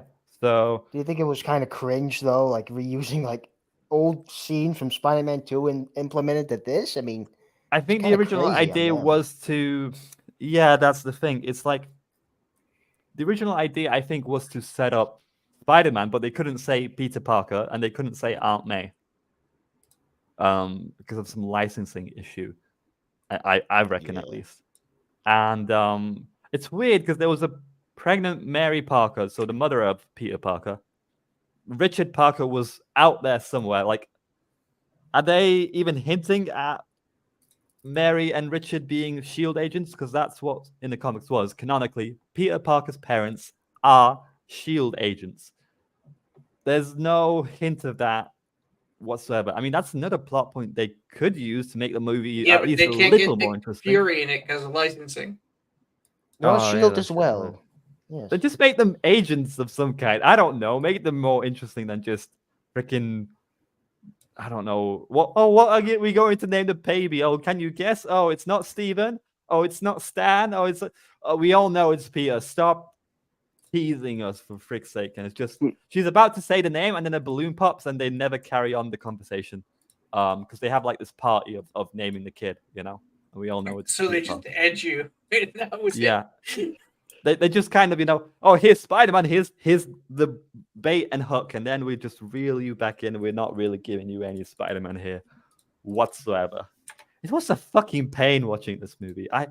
I'm so disappointed because I wanted to laugh at it. I didn't laugh, and I'm angry about it.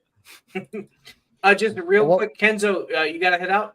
Yeah, man, I gotta get off, but peace. I'll see you all next week. It's been good to be back, and catch BLZ Pub next week, because we've got a special guest coming on that will be announced during the week. Peace, guys. See you later. Take care, homie.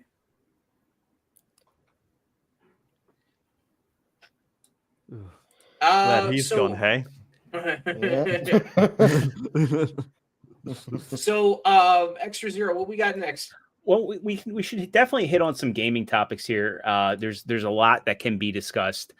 So Anna, I know you're big into gaming. Did you want to? We can either talk about Microsoft and PlayStation going possibly multi-platform, more on the PC side of things, with Microsoft actually porting some games over to Switch and PlayStation. Or there's also the redesign of Lara Croft that was revealed. Lara Croft. I want to see the Lara Croft. Yeah, let's talk reaction. about big boobs. That's my So, kind of topic. There we go. Let's go in. More like a uni boob. I actually don't think this design is bad, in all honesty. So this was reported by IGN. This is the new Lara Croft that will presumably debut in the next mainline game, Tomb Raider Next, which is currently being developed. This is coming from Crystal Dynamics. Did you all see the statement that they put out regarding the remastered trilogy? Basically they were doing the old slap on the hey, Leonard Maltin, coming out to tell you that this is dated and it was never appropriate. I thought that was tone deaf. I hate that they did that because I think it's hurting Aspire. I think that the Tomb Raider trilogy, the remastered trilogy, is very much worth your time and money, and you should support it if you like those games. Crystal Dynamics had nothing to do with that. I think it was just the salt. Why would they go out of the way? Why are they salty? Because they're virtue signaling, because the remastered trilogy was getting a lot of positive attention, and a lot of positive attention from, I think people from an older mindset, let's call it that. And that's my best educated guess, is that they don't want people opining for what made Tomb Raider great to begin with. They want people to be more engaged with the new direction they're taking the series. Again, I don't think this looks bad, but I think this looks more like the first reboot, if you remember that from the early 2000s, like that seventh generation of console reboot. Yeah, where she's like traumatized after killing the first. No, that was later. That was actually the second reboot. I don't. Yeah. It doesn't feel like Lara Croft. I'm sorry. It just feels like a different character completely. I mean, it's not about just, her physical attributes. It's just the look, the style. I don't like it. So I'm definitely, this is one thing. Okay. One sec. So one thing for me is, lately with a lot of games and everything, I have lost faith. I'm not going to get excited about anything until it comes out and somebody else has reviewed it. I mean, yeah, that's a fair assumption, right? Because your time is valuable. If you let, other people waste theirs on it, then that's up to them. Yeah. And this is just something I'm not even excited about. I'm so when it comes up, when like yourselves or somebody else talks about it, right, on social media, like I'll listen to your opinion about what's going on, but at the core, I don't care. Just don't care. I'm gonna go back to old gaming. I mean, that's fair. We can do a quick shout out to DJ Direwolf, who's been a member for a month. Says Leon Kennedy in a blue shirt. No, it's Larry Kraft. Go back to Resident Evil. Those games are so much fun, and I play Resident Evil co-op with Frostfang, and we have so much fun laughing and playing. I play Helena, and he's Leon, and we just run around shooting zombies. That's it. And Helena actually has a really nice looking butt.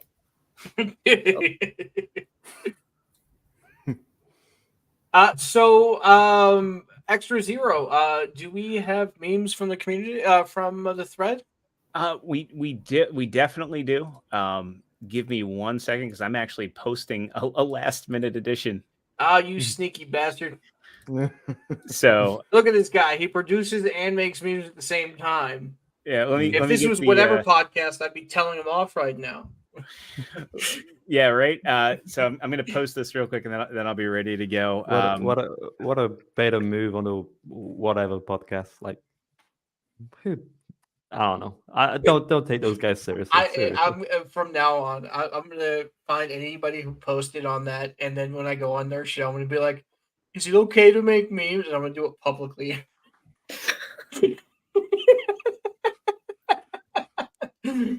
Yep. Okay, I've now posted it.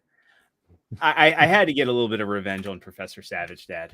So let me get us. So, all right, boys and girls, if you don't know, during the show, if you are memeing, use the hashtag Legion of Memers and at the Legion of Memers and at the guest, myself, or Extra Zero, and we will bring it up on the show if it's YouTube appropriate, because we don't want to get the channel yeeted. But yeah, so let's get to that thread and give a shout out to everybody who's taken part in the memeing. If you guys have never memed before, that is also okay. Put that in there and just have fun with it. Mhm. All right, without further ado, let's kick off today's meme break.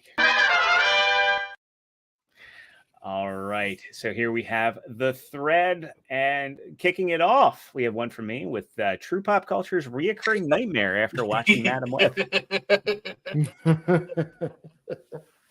Accurate. That's what I felt like. I was hoping you'd say more about the Pepsi product placement.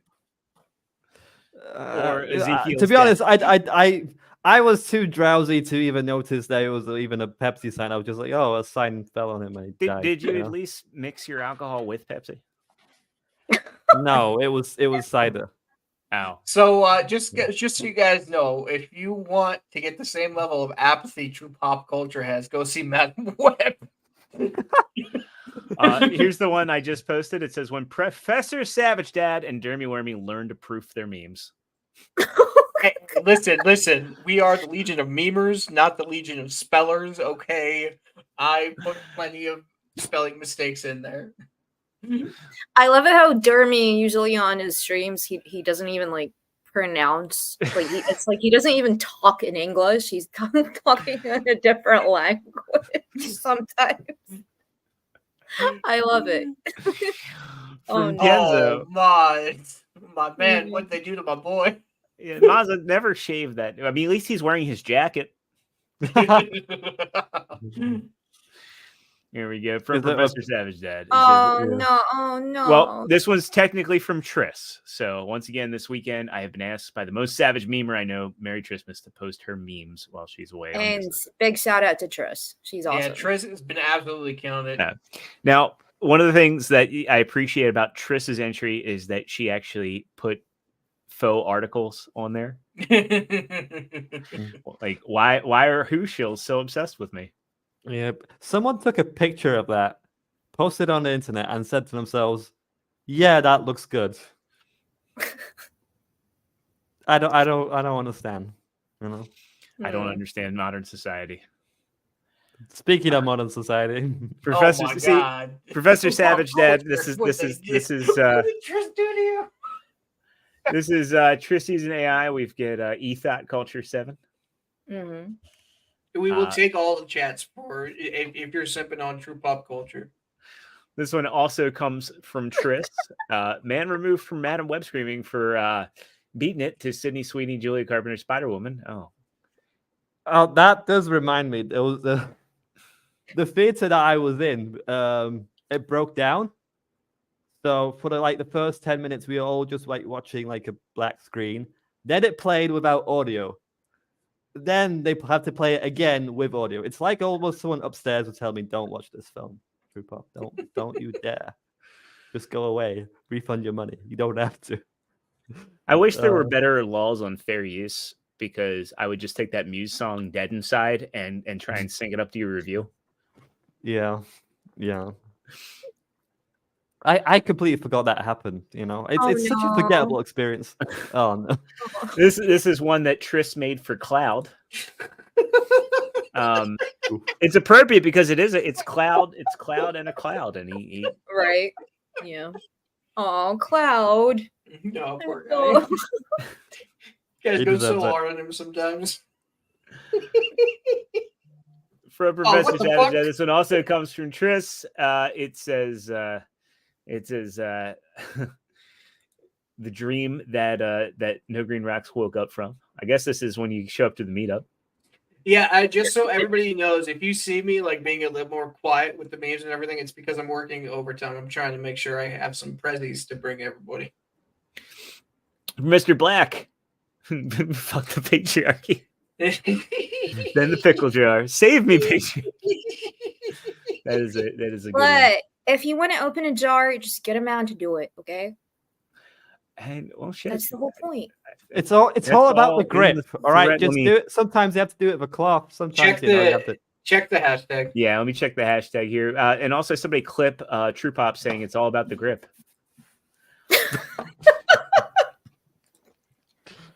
So let me see here. Oh yeah, we have this one. Also, I don't know. Did Tris make this one or did you make it, Savage Dad? Because this one's me. This one's meow. Look at that. Oh, meow. Oh my god. Wow. What is it with cat foots right now? Like, I what have the no hell? idea. Is it National Cat Foot Day or something? I don't know. I mean, Derby should know. I don't think my hair's Oh, ever okay. been that long either. So it's like I scalped Melee James. That man has beautiful hair. I'm saying it right now. Let me make sure that we get them all. Core member posted this one, and it was an hour ago. So this was during the show. I don't know if it was meant for the show or not, but I'm sure because it's pretty good. This is Gary and Ryan having canceled pig target practice at the FND School of Witchcraft and Wizardry. That's a good one. Great work as always there, core member. Yeah, core member is one of the best memers that's posting daily on online, dude. Keep up the good work, my dude. So, yeah, that gets us all caught up. So I guess we can now go ahead and kick off some outros. I guess find out what everybody's got going on. TruePop, why don't you get started? I hate going first. No. In that case, you will always be going first. And yes, we will now make it a tradition where we full screen True Pop Culture during his outro. Yes. I need Dude. time to think what I want to promote. He's Promote. so brain dead after watching Madam Web. He's like, his brain cells aren't working. No, now. no, they are not. Oh, and hold on, real quick, Laughing Gasser. They're called raisins. Yeah.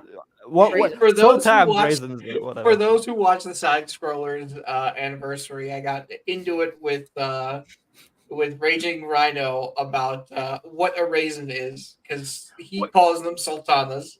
He was But- also like he was talking about he's like, do you not have Cheerios? They're called they're called raisins. Eh. So, True Pop Culture, we giving you enough time to think about it, or what? Subscribe to my channel. Check out my new. Well, outside We of are all talking- professional YouTubers here, guys. That's just so yes. you know. outside of talking about how Madam Web broke you, what kind of content do you have coming out this week? Surely there's got to be something. Okay, so I just uploaded today a segment from my recent live stream with Literature Devil, telling my more deeper thoughts on Madame Web. So check that out. It's like an 8-minute video. Because the idea originally was to dedicate a review, and my Are you reviews getting are the like Dune bucket? no. What Can we would I? donate you the Dune bucket? I don't think I can even get it. I think it's only like an America thing. I'm not sure. I- I am gonna see. I'm the in America. No, it's not. It's an Odeon thing as well. It's Odeon. Okay. Odeon, yeah, in the UK you can get it. Why would I get it? For What the- use for would the I have lulz, for it? motherfucker, for the lulz and the memes. You got to No. lean into it. Like when you're at Madam Web by yourself on Valentine's Day, you have the bucket and you take that. Yeah, you selfie. can just whip that out and There eat it wasn't off. anything hot. in it. Who Everything was says stupid. I don't have a date? Yeah, Melee Games by True Pop Culture, one of those buckets lightly used. We'll get Az to autograph it. It'll be sticky and dry. Okay, can I do? Actually, sorry, I had a friend ask me today, like, are you gonna get the bucket? And I was like, why would I ever want to put my hand in a weird How would you looking get the popcorn out? You know, I know we're doing outros real quick, but did you guys see the popcorn buckets for Ghostbusters Frozen Empire? What does that look like? Goo? No, they're actually awesome. So Is it the there's traps, right? yeah, well there's 3 of them. There's Cinemark has one, AMC has one. The AMC one is ultimately the best in my opinion, but it's expensive as fuck for what it is. So AMC gets the Ghost Trap, which this looks fucking cool. Cinemark I would gets... love to share that with the audience. God damn it. Why did I do this? So yeah, AMC gets the Ghost Trap. Let's replay this little video here. They just do a quick spin. Cinemark gets Slimer. Oh, that's cool. And then who has the Firehouse? All right. I'll give you that. That's pretty fucking cool. Yeah, the Firehouse is... I don't know where the Firehouse is coming. It looks like the Firehouse is also AMC.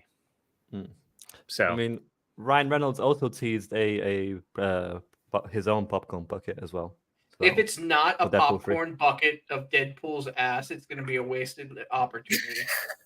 Yeah, exactly. So TruePop, what you got coming up this week? Yeah, so check out my highlight reel on Madame Web. I just explained my thoughts to Literature Devil of my thoughts on Madame Web, because screw dedicating a review on it. It's not worth the time. Edits take me a while, and I just couldn't be bothered. It's not worth any time or effort to put some thought into that movie. It's trash. And True Pop Culture 7 show, character study. Expect it weekday nights for me, so weekday evenings for you guys in America. Still trying to find a co-host, so I'll update you guys when I do. Real quick, it'll be a regular one last thing. meme for you, True Pop Culture. Oh, what? Why?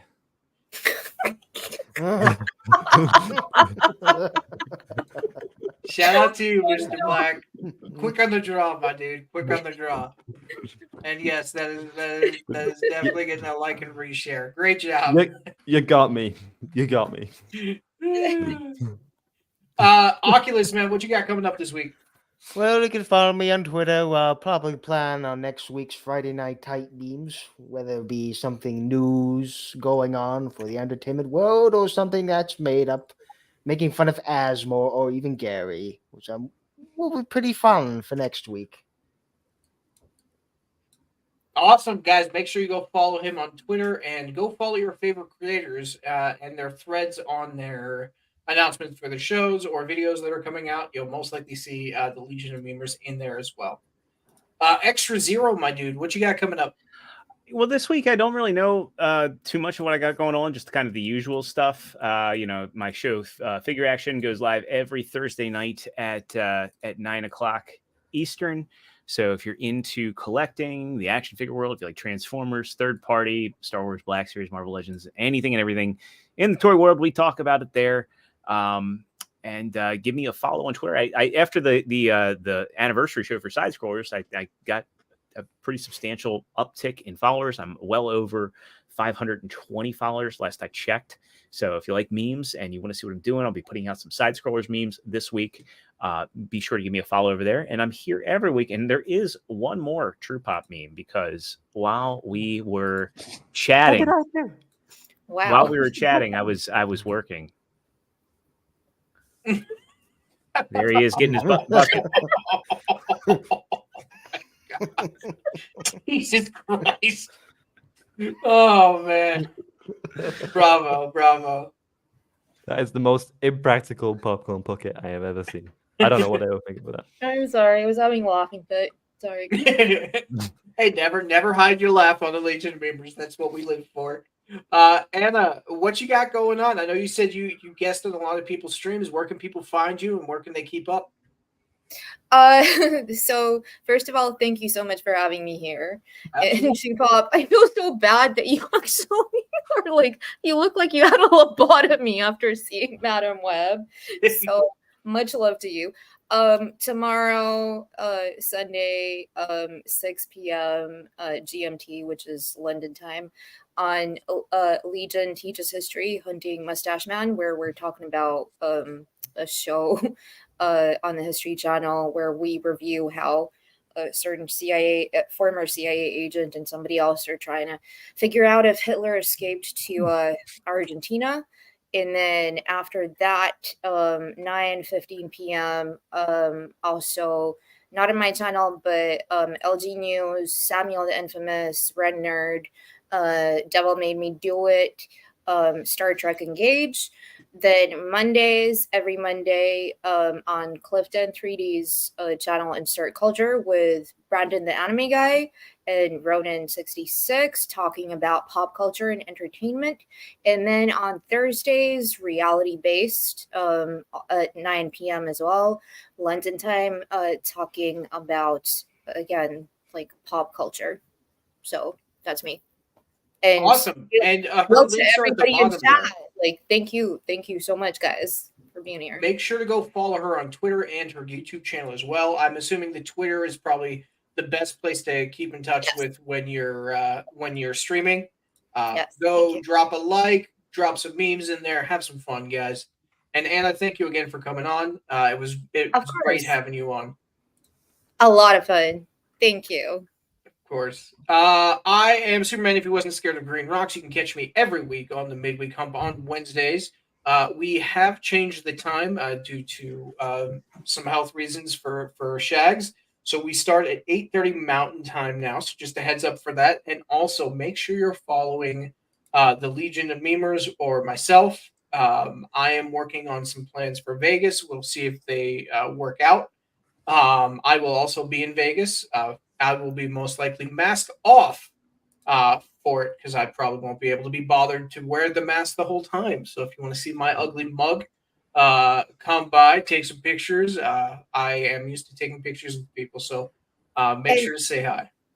Sorry, I forgot one more thing. On Friday, 11 p.m. GMT, with my beautiful posse of with Jack Tarlad, who's been in chat, Samuel the Infamous, Devil Made Me Do It, Renaissance Nerd, Gal, everybody. We're going to be doing part 2 of reviewing Tombstone. So that's going to be live on Rumble and X, and then we will edit to make sure that we can post it on YouTube, because we don't want to be, pausing every 8 seconds and just want to watch the film.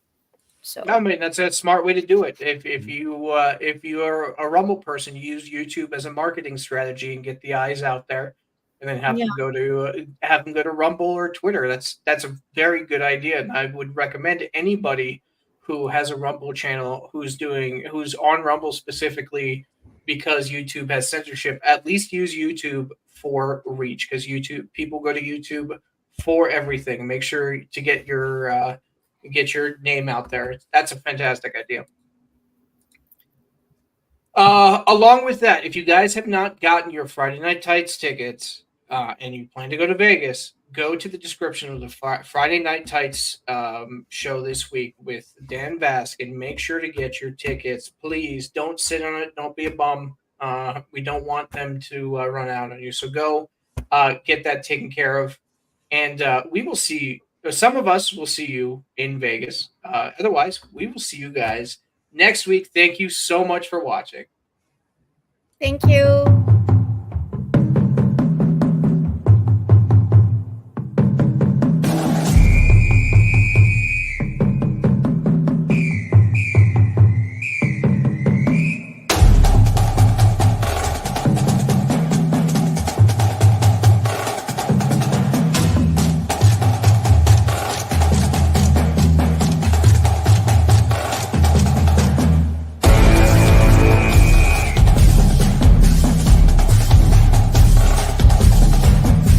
Shout out to you, chat. Thank you all for being here. I see some of you haven't left. You guys are watching to the end. You guys are absolutely rock. Thank you so much.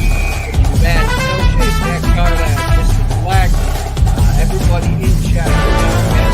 Caster. You guys absolutely rock. Oh, and we got And there's Gameland also.